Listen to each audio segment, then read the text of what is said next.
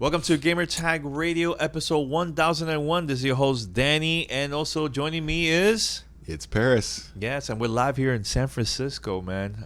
We got invited to check out the new expansion of the Division 2 called Warlords of New York. Woo! We're back, baby. We're going back. The crazy part, when we originally got this invitation, I thought it was going to be like episode 3. I had no idea. But what did I say? When we saw the invitation, I said, but look what it's also saying. It said, and the future of the Division 2. The future, yes. So we're going to be talking about all that, and also later on the episode, you can listen to our interview with the dev team that worked on this project, man. So really exciting times, man. So head over to gamertagradio.com, post your comments and feedback, listen to our past episodes, and make sure to share it. You can find us on any podcast app. Just search for Gamertag Radio. Also, be part of our conversation, man. Fan mail, send your questions and feedback. And this is how you can contact us. All right, Parris, I know you posted a tweet a few minutes ago. Yeah. Some people got the hint, some people didn't. Yeah. What was the tweet, the exact tweet that you posted? Because right, I think it's very important to start I'm this. going to pull up the exact tweet so yes. you can see. So yeah. I tweeted out earlier, I said, remember when the Taken King expansion completely overhauled Destiny after year one? Those were good times. Yes.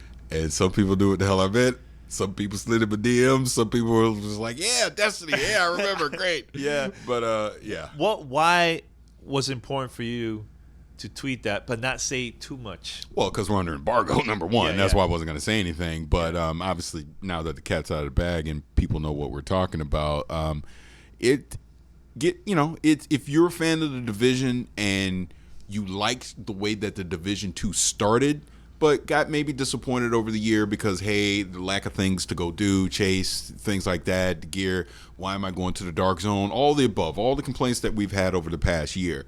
Yeah. This is massive first major step to fixing that with this expansion with Warlords of New York, because not only are we going to Manhattan, we're getting 4 new zones to play in, we're getting 5 new missions, 8 side missions, new raids coming. They're overhauling, they're kind of simplifying the RPG system to just make it more easier. Like the mechanics of it are still there, but it's kind of easier to comprehend now. So it's going to make people easier to make builds. Build diversity will be something that you're going to want to do now. They're adding more loot into the game, brand sets, weapons, exotics, all this kind of stuff. The things that we were saying we wanted them to fix, the feedback we've been given the past year, that's what this expansion is going to be. So, yeah, I'm pretty excited for it. Yeah, and how important was it for them to go back to New York City?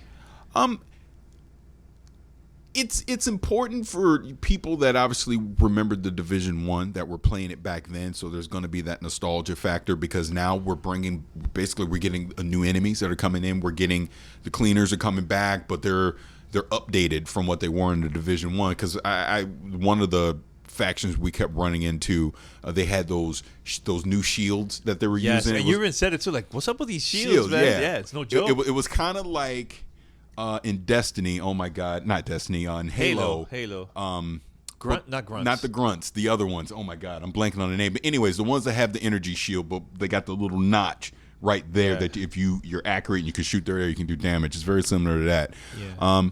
I mean, it was good, man. The mission that we played had some good length to it. If you've played like episode 2, the Pentagon, it was very similar to that in length, so that was good for one mission.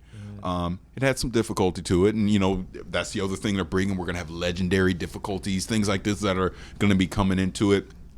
And I know we'll get to the other stuff later, but just the base open world that they're putting with New York alongside Washington, D.C. now, there's just going to be a lot of things to do. There's going to be, I think they said 8 control points are coming in to Manhattan as well. There's just going to be a lot of stuff, so it's good. I think the content's going to be there, man, for this. So now we had a blast doing we did one of the main missions and then the side missions. For some strange reason, we were stuck in the side mission. Like, it was challenging. Yeah, we unfortunately couldn't capture the side mission, so you can't see what we did. But that side mission actually kicked our ass at the end, because we were expecting, it's a side mission. We'll just blow through it. But no, at all. No, they were sending the cavalry at us at the end. We're like, oh crap! So we kept we kept dying, but until we actually sat down and thought about what we were doing, and then we cleared it. But that's good because we weren't just mindlessly jumping into something and just shooting all the enemies and it was easy and done. We had to actually come up with a strategy to be able to get past it. So it was good. Yeah, one of the things that we noticed that we were like screaming at each other, like the part when the weather completely changed. Oh my god! Yes, during the boss battle. Yes, we couldn't even see where the boss was located at, man. So we had to like I think it was the perfect level, perfect timing with the weather. I don't know if it's because the timing or it's part of the boss battle. I'm not sure. We'll figure out once the game comes out, but it felt like the timing was perfect because again, communication is key, and it felt like a puzzle. So I was depending on you because we were we had the to do design. the call outs. Yeah, so the location they had Alpha, Bravo, Fire. Yeah, it was Alpha, Bravo, Charlie, Echo, Foxtrot. Yeah, I mean, so we had to call it out. So we had to call it out because the boss, his special skill there was a lot of decoys. Yeah, and we had to figure out which one was the real one. So after a while, he was getting weaker and weaker, but it took us a while to actually complete it. Like I like that. Yeah. Now maybe it took us longer because it was only 2 players.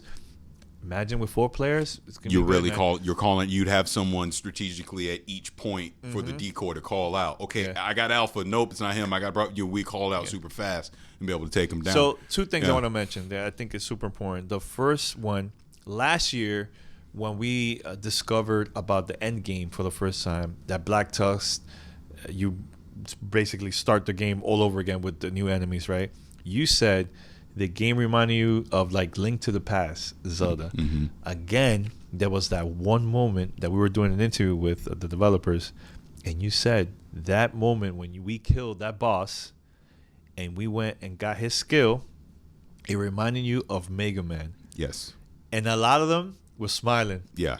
Right? So maybe they got inspirations from those old school games and added to the Division. So it was pretty cool that you brought that up, man. So even PR was taking notes. Like they were like, taking notes. Yeah, because that was literally the first thing I thought of because what Danny's explaining is the boss that we fought when he's doing the decoy, basically his skill was to do the decoy. So when you kill him, he literally drops his skill. You get to pick it up. Now we have that decoy skill. So there's going to be 4 other rogue agent lieutenants that we're going to get their skill. And then at the end, it's Aaron Keener is going to be obviously the ultimate thing for the story-wise, with Warlords of New York. But we get those 4 skills and we get to attack whichever lieutenant we want in any order we want. So again, very similar to Mega Man. You're not following a linear path on that. So yeah, I do. But that's where gaming, even games from 30 years ago can inspire you for the games that you make today. Because look at that simple mechanic that you take from a game like Mega Man that came out in the 80s and you're putting it on a game like Division 2 now here in 2020. Yeah. And another moment that we were super excited, that we were clapping, was when they started talking about the seasons. And they mentioned that every 3 months there will be a new season. Of course, loot. There's like a little mini campaign during the season. Plus you could get like a battle pass. And I think they mentioned a little quick thing about leagues and so on. Yeah. But the part that I was clapping and saying, yes, global events. It's coming back. Yeah. The other day I went to the Division 1, because it was still on Game Pass. So there was a lot of people playing that game. And they were still adding global events in that game. So I'm like thinking, damn, why didn't they add that in the new game? Because that will make me go back and do this with my friends or just solo, trying to complete the global event so I could get, these loot that will drop only for during that time. So I got super excited about that. Now, Parris, now that they're mentioning about seasons, now there's gonna be more reasons to go back every time. There's going to be new stuff every single time. Before that, it wasn't there. So I was going back to Division 2 just to do daily challenges. But once I was done, I'm like, all right, Now, I like it in concept, but I'm going to give you something to pause on. Okay. Because I have to take in practice right now what's going on with Destiny 2. Okay. They adopted the Battle Pass. They're doing seasons. We're in the 2nd season of that right now, and everyone's looking around like, well, what the hell are we going to do? Like, there's nothing to do. There's no incentive to go play. So hopefully they're looking at this for the Division 2 and they don't repeat what Bungie's currently doing right now, because it did kind of take some of the steam out of the initial launch from what they did. So obviously coming here with the Division 2 expansion, I'm sure we're all going to jump in day one. It's going to be great and all that. But once we start, all right, now we're in month 3, month 4, we're into the season. All right, what's this mini campaign going to look like? What are the global events going to look like that's going to keep me, like I even said in the interview, what is driving me to log in every day, every week, every month? That's the thing they got to tackle. So the elephant in the room that we did not talk about in the interview, which, you know, obviously over here over the next couple of weeks till it comes out, is going to be a topic, is it's a $30 expansion. Of course, we knew it was going to be a paid expansion. We still, as of this recording, don't have confirmation on that raid. Is the raid a part of the paid expansion, or is it available to everyone? I am of the assertion that it needs to be available to everyone, because it was supposed to be a part of year 1 in episode 2, which was free to everyone. And it got delayed. So this raid should not be a part of the paid expansion. We will see. We'll see what happens. But that, again, just a nitpick on a concern. Is episode 3 and what we've seen so far enough to get people to want to go pick up the expansion to go play Warlords of New York? I don't know yet, because obviously episode 3 is not out yet and we've not played it as of this recording, but they still got a lot to sell. Yeah, people on to get people to come back to actually spend $30 to play this content. Now, I do like the fact that they've made it that people that are new to the Division 2 that have never played it, they can just jump right into the expansion. They don't have to grind all of Washington, D.C. to actually experience the new content now. But once they're done with the new content, if they want to go back to Washington, D.C., they can do that too. So, I remember I asked her about strongholds and all that. She didn't want to really get into that right away, which kind of leans to the fact that we can expect some kind of stronghold stuff, which maybe that's part of the battle pass stuff. Maybe that's a part of the seasons. We get like a new stronghold in a certain district or something, and we got to go tackle that. So we'll see. Plus the Black Tusk as well. They're going to play a part in this too. Yeah, we asked about that, and they were like, little positive. They don't want to say much, right. Which is fine. It's fine. This is the debut of it. Yeah. There's time. So this type of preview, it's good to not say much. Right. Let us discover, and everybody else discover once we start playing the game. Yeah. So one thing that I think we should bring up is about the raid. If they have this available for everyone, I think it will be a perfect way for people to, let's say it's in New York, the raid. Let's make believe, and you get like a small taste of New York City with this free raid for an incentive to want to go. Exactly. So like, hey, you want to check out more of New York City, even Coney Island with episode 3 and the other level also in New York City. That will be a way. Come to New York City, buy this expansion, so you can continue your adventure here in New York City. I think that will be a great way for Massive to promote the expansion. Now, one thing I'm kicking myself in the butt about is that I did not ask. Yeah. Is again along the lines of this raid. There's 2 difficulty levels. There's level 30 and there's level 40. Because remember, the level cap's going up to 40 now. But there's also going to be a level 30 raid. So it sounds like they're creating something that everyone can jump in and play, and it's not going to be the extreme difficult, which I assume the rewards are obviously going to be less at level 30 than what they'll be at level 40. But that's good, because you're going to get more people to be able to jump in and participate in a raid. So, again, I truly hope this raid is not a part of the paid expansion, because I think, just like you said, it could be a great selling point to get people to want to continue to play the content moving forward. Not to mention, speaking of the difficulty levels and all that, your SHD. Hold on, I have it. I have my notes. And again, this is why I'm kicking myself in the butt, because it's like you get limited time in these interviews, and you're trying to make sure you get everything in, and you always wind up forgetting something. Yeah. Where is it?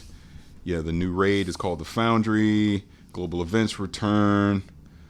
I didn't put it in here specifically, but they're adding in basically where once you hit the level 40 cap, there's still going to be that SHD that is an infinite level that you continue to grind up as well. So that's another good thing. Now, my question to you, let's go with what if? What if this raid is only for the expansion? I think it's a mistake.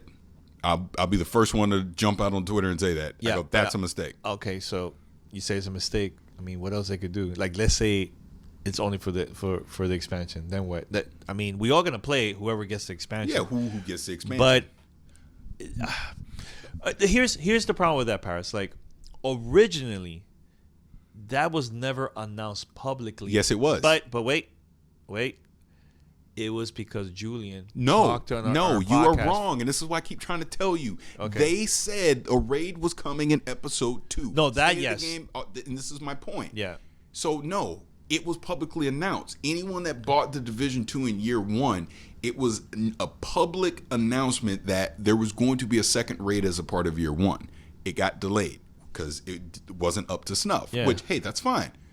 All right, you delayed it. I don't care that you delayed it into the second year of the Division 2. It should still be free to all the year 1 owners because I spent my $60 in year 1 expecting to have that raid. Now, you watched that moment watching the state of the game, right? When they announced they got delayed. Did they say anything else after that? Did they say like, don't worry, it's coming, it's going to come soon, or... Yeah, they were not allowed to say that about the expansion, so maybe there is hope that there was that original delay in October, and then they talked about it again here, I think either in December or the beginning of January, that, hey, it's basically, Yannick, was that it's still TBD, because they wanted to make it the best raid they can, so they're still working on it. Mm-hmm. That's fair. At no point did they were like, well, it's probably going to get delayed into the paid expansion.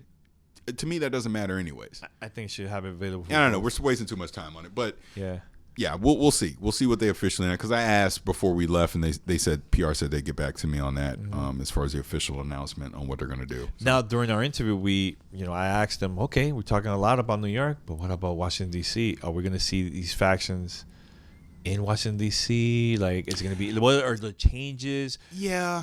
Am I going to just stay in New York City to see this, to battle these factions? Like, how that's going to work? And Black Stuff's like... Well, see, I was going to say, what I think is the D.C. faction stay in D.C., the New York faction stay in New York. Black Tusk will go across both, which just makes sense. I can see that. Because remember, she even indicated there's a story element with the Black Tusk in New York.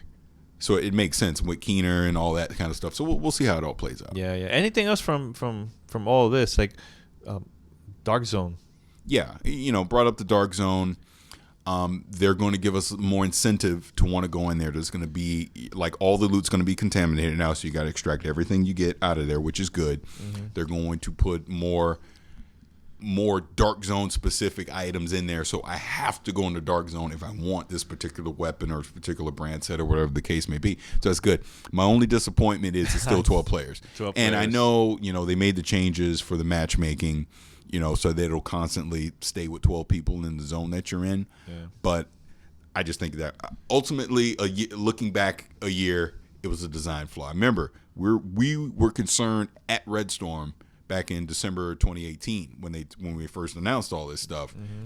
And now that we've seen it play out over the year, I think it was a mistake. I think it was a mistake to break it up into 3 and to have 12-player zones. I think the Dark Zone should be one big zone like it was in New York, 24 players, which that was what I was hoping. I was hoping they were going to say, we're bringing that Dark Zone back or something like that, but unfortunately they didn't. Yeah. Anything else that got you just excited overall with the expansion from the Division 2? I mean, again, going to New York is cool. It's not winter anymore, so like you said, we saw the weather effects of from that. So let's see how that plays off, and we still don't know if that weather effect we saw with the boss was all the time, or is that just because that was a random weather effect that just so happened to happen when we're fighting? We don't know. I guess we'll have to wait and see. I hope it's random. Yeah, that'd be pretty cool. Pretty cool. That'd be pretty cool.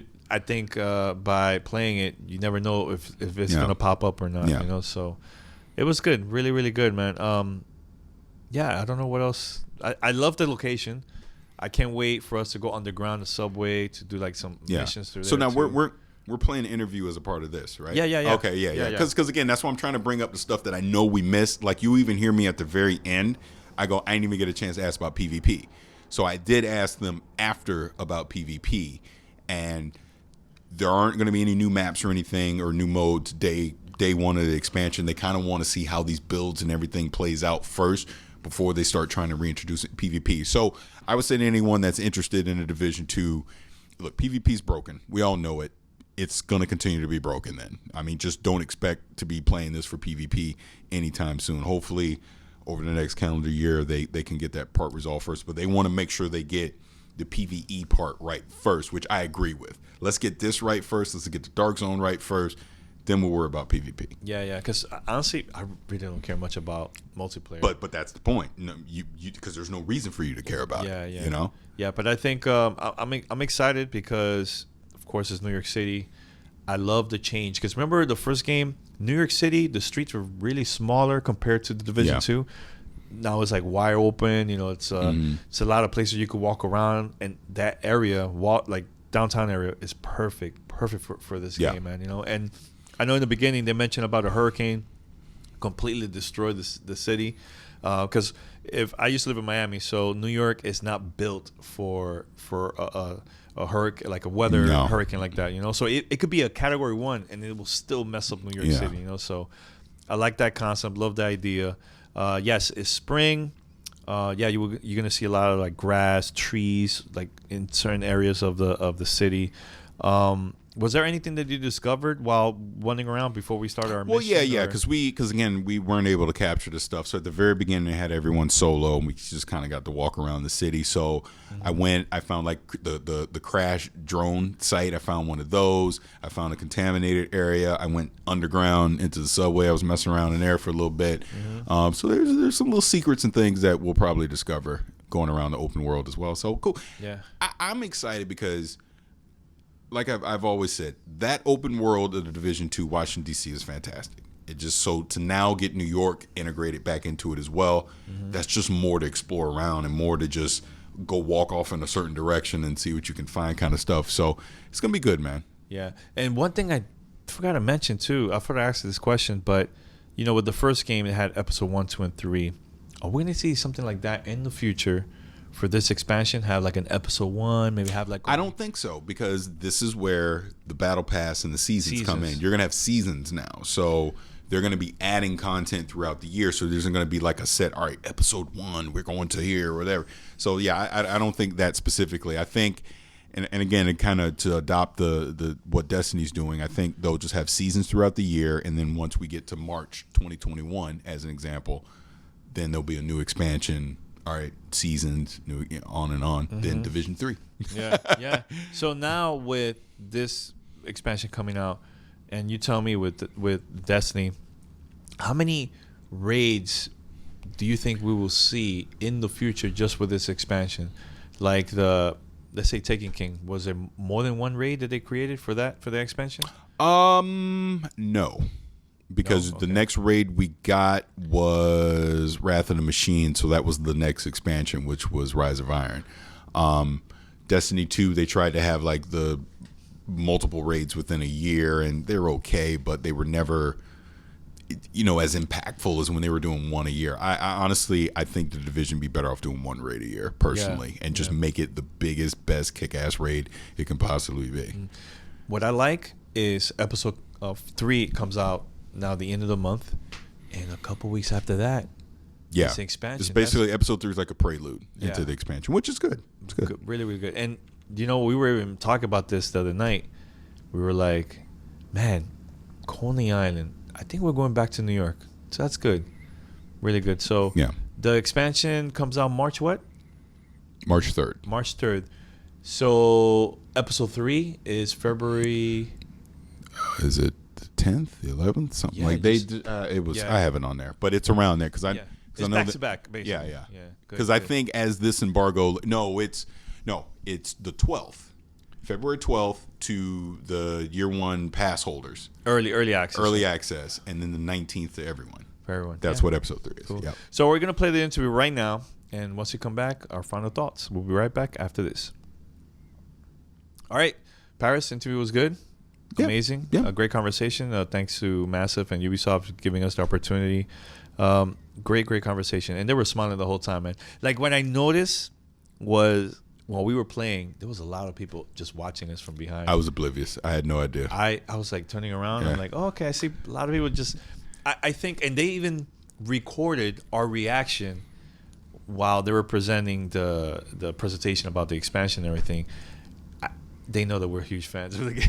they know. Yeah, That's I good. mean, and that's That's no good. secret. I think that's no secret that, hey, I'm a fan of the game. I know the game. So it's like, I'm not sitting down to go, how do you do any of this? No. We picked up the sticks and we just went in and started playing. I don't need your help. Just I don't want to play. Yeah, That's you know what I'm saying? Yeah. That's all it was. Just so, tell us which mission we can select. Tell me what I could do, what's on embargo, I'm good. Yeah. And I think that came out in the conversation that we had with him, that it was clear, we were invested into the game and we knew what had been happening the past year with the game and why this expansion is so important to what they're doing. Look, I may or may not have had someone from Massive send me a DM after my little tweet, knowing that I got to see it and wonder what I thought. So, I mean, that's good. It's okay to be a fan of a game. Yeah. It's like I don't hold any secret on that, and I may have some biases to it, but I would hope that people know that if the game deserves criticism, I'm going to criticize it. And so, you have, like, everybody has. we all do. Yeah. But it's not what you say, is how you say it too. Yeah, now, even exactly. like cursing and saying, all these crazy things about the developers. Yeah. Like, okay, now it's extreme. Yeah. But if it's something like, I don't like this, but this is my reason we why. were saying that in the interview. I'm like, look, here's what I didn't like. Yeah. Here's how you're fixing it. I'm glad that you're fixing it. So, Yeah. it's good. And that's why feedback is super It's important. very key. If it wasn't for the community sending feedback the right way, this expansion Does not happen. It would have been Different. different. Yeah, it would have been different. Yeah. So anything else before we wrap it up, man? Like, No, good. I mean, I'm looking forward to March. When it drops, definitely be jumping in day one to play it. And, Yeah. We'll see how it goes. and actually, we also got capture footage from our session. So you're gonna see like my camera view, and Parris has his. So it's gonna be good. It's really, really good. Yeah. So it was exciting times, man. All right, so we're gonna wrap it up here. Thank you for listening to Gamertag Radio, episode 1001. And until next time, we're out. Take care. Peace.